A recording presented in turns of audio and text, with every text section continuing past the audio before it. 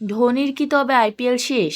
মহেন্দ্র সিং ধোনি আইপিএলে খেলতে পারবেন কিনা তা নিয়ে জল্পনা চলছে অনেক দিন ধরেই। সেই জল্পনার সময়ের সঙ্গে আরও বাড়ছে। আইপিএল শুরু হয়ে তার মধ্যভাগে পৌঁছে গেছে, যদিও এখনো মাঠে নামা হয়নি মহেন্দ্র সিং ধোনির।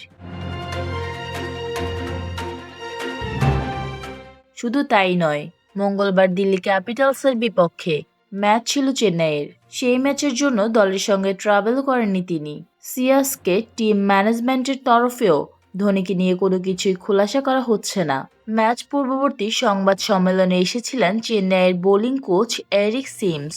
তাকে জিজ্ঞাসা করা হয় ধোনি কবে ফিরবেন।